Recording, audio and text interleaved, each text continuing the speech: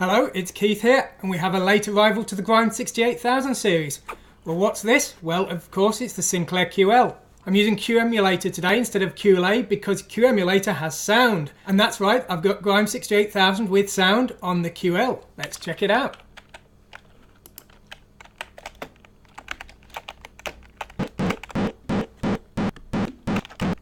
So here's the game, and you'll see, of course, that it basically looks graphically like the computer's links.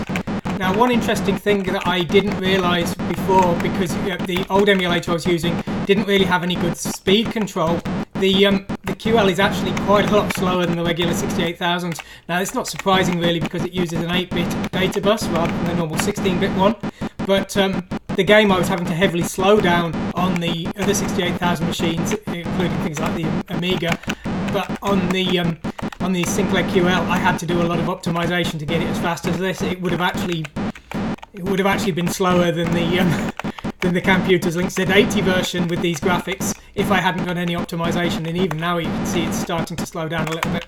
So I mean, here you can see the game. It should be perfectly playable. You can hopefully hear the sound. I don't believe the QL has any real joystick ports. You can add them externally, but I'm just controlling it with keys here, as you can probably hear.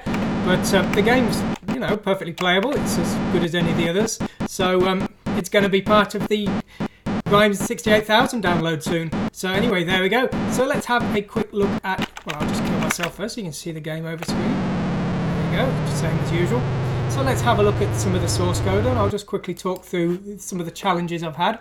So the game was, of course, based on the Grime 68000 code, as usual. Now, to get the game to actually function, all I needed to do was recreate the draw text routine, which I'd already done as part of my tutorials, make a dummy chibi sound driver, which at first did nothing, just to get things going. I'd written a joystick driver already, and I had to write the simple tile driver. If the simple tile driver didn't have a module for the Sinclair QL, then you'd get no graphics at all, and I mean, that actually was how it worked at first. So here's the Sinclair QL version here, and there's loads of bits that are remmed out. I've been optimizing it as much as I can. Now, the problem with the Sinclair QL is, as I've said, it's only got an 8-bit address bus, so unfortunately, because all of the commands in 68000 take at least 2 bytes, an 8 megahertz 68008 processor is about the same speed as a 4 megahertz Z80, which is a bit unfortunate, but that seems to be the way it goes. Now, the big optimization I've had to do is reducing my use of pushing and popping. Now, I was being very slack with the other systems, and I was using push and pop all a lot, like this, pushing everything onto the stack and off again.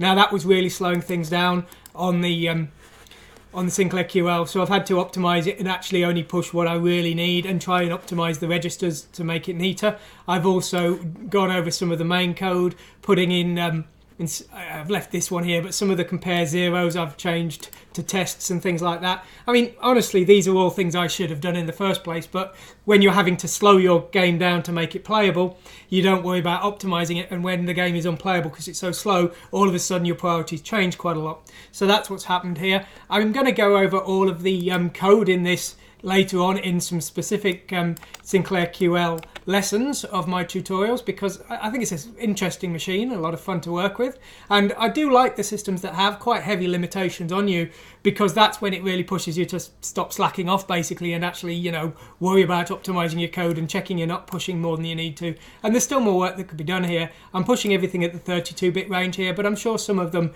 could only be pushed at the 8-bit and the function would be the same.